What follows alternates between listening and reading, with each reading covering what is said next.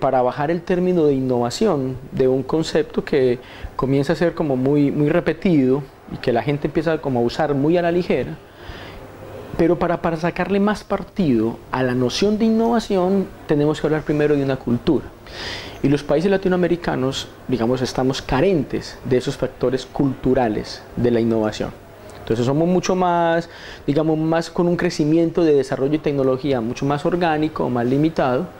Y para poder hacernos a una implementación mayor de la innovación, tendremos que crear primero una cultura de innovación. Y cuando hablamos de una cultura, hablamos de factores que son valores y rasgos de esa cultura que hay que identificar en el entorno. ¿Qué condiciones tenemos? ¿Cuáles son nuestras fortalezas, nuestras debilidades en temas de generación de conocimiento, implementación, integración entre diferentes actores? El Estado, la universidad, las empresas, el sector productivo y demás. Cuando establecemos primero una condición de cultura en la innovación, entonces ya podemos empezar a hablar de innovaciones. Y esas innovaciones surgen, según el manual de Oslo, en 4 escenarios. Está la innovación en los productos, la innovación en los procesos, la innovación en el mercadeo y la innovación en las organizaciones. No es simplemente decir, vamos a hacer una innovación, pero no sabemos qué es. Entonces hay que saber qué es. Y antes de saber qué es una innovación, hay que saber el cómo. Y para llegar a esos temas, es mejor generar una cultura y unos ecosistemas de innovación donde la gente empiece a integrarse, a trabajar colaborativamente, porque además la innovación no la hace una sola persona. La innovación la tienen que hacer diferentes actores y cada uno de ellos van aportando piezas y se van generando un proceso de generar ideas, conceptos, viabilidades y modelos que terminan siendo innovaciones. ¿Qué es una innovación? Es tener una idea, llevarla a un análisis y posicionarla en el mercado.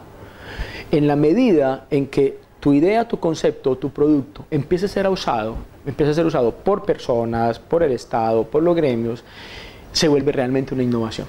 Entonces, en el ambiente de la construcción hay muchas posibilidades porque además nuestro desarrollo tecnológico constructivo ha estado bastante limitado.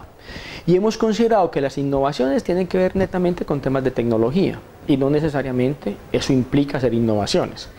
Sí hay aportes, pero la innovación desde el punto de vista conceptual parte de procesos de reflexión, de análisis, de investigación que se deben centrar en una planeación estratégica de esa innovación. Y esa planeación estratégica parte de tener una misión, una visión y unos objetivos claros. O sea, yo quiero innovar, pero tengo que saber en qué, y con qué recursos, y con qué dirección, y para saber a qué público le quiero llegar.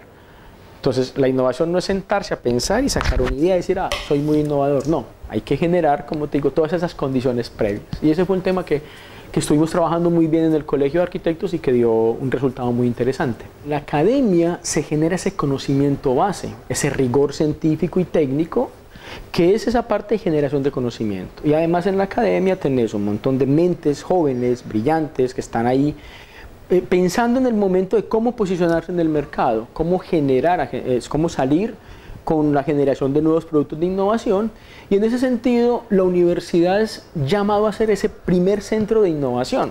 Pero para que eso se dé, esa universidad o digamos el posgrado tiene que estar muy conectado con las realidades que hay en el contexto y con el contexto, digamos, empresarial y político que se genere. Y eso parte de que tiene que haber una localización. La universidad tiene que saber cuáles son las potencialidades, los riesgos, las amenazas y las oportunidades que están en la región. Entonces, las innovaciones tienen que posicionarse primero en el entorno. De ahí para adelante, el nivel de éxito pueden llegar a generar innovaciones que tengan una escala nacional o incluso una escala mundial. Hay un ejemplo, esta región es absolutamente rica en el agua. Y como es rica en agua, puede tener periodos en que el agua es una molestia porque se inunda o periodos porque está muy seco. Entonces, si yo empiezo a trabajar temas de innovación en la gestión del agua, puedo generar mejores modelos de implementación de arquitectura y construcción con base en la gestión de modelos del agua, pero el agua es un problema del mundo. O sea que Santa Fe podría convertirse en un periodo de 3, 4, 5, 10 años en un referente mundial de una gestión positiva del fenómeno hídrico como tal. En ese sentido, hay que partir de unos procesos de innovación que surgen del contexto y que se van llevando hacia el exterior. No tener la innovación como que nos llegan tecnologías de afuera, como que nos llegan problemas o asuntos que vienen o de otras ciudades o de otros contextos, o por ejemplo, yo vengo de Colombia, yo sería irresponsable de mi parte decir, innoven así. No, yo lo que genero es esas bases, lo que genero es la posibilidad a la universidad y al colegio de arquitectos es de que pensemos en innovación, no en traer innovaciones. Yo planteo las mías como ejemplo, planteo mis modelos de innovación, cómo han sido esos procesos para dar una validez a ese ejercicio, pero en ningún momento podría yo simplemente decir, con una temporada corta que me he pasado aquí, decir, aquí deberían innovar en tal cosa. No, más sereno. Pensemos primero en innovación, en capacitémonos para eso, generemos herramientas de análisis, de diagnóstico y generemos sobre todo, otra vez me vuelvo a la pregunta de ahorita, generemos una cultura de la innovación y la universidad está llamada a hacer ese análisis realmente. Es muy importante que un estudiante universitario formado en una carrera que tiene 5 o 6 años de formación se le introduzca la noción de ser una persona que va a salir a crear empresa, a posicionarse como, digamos, creador de empresa, como creador de empleo. No que el estudiante sea como un empleado, que va a salir a buscar trabajo en la municipalidad o en alguna empresa, que alguien venga a contratarlo. Yo creo que si logramos que desde el pregrado a cada estudiante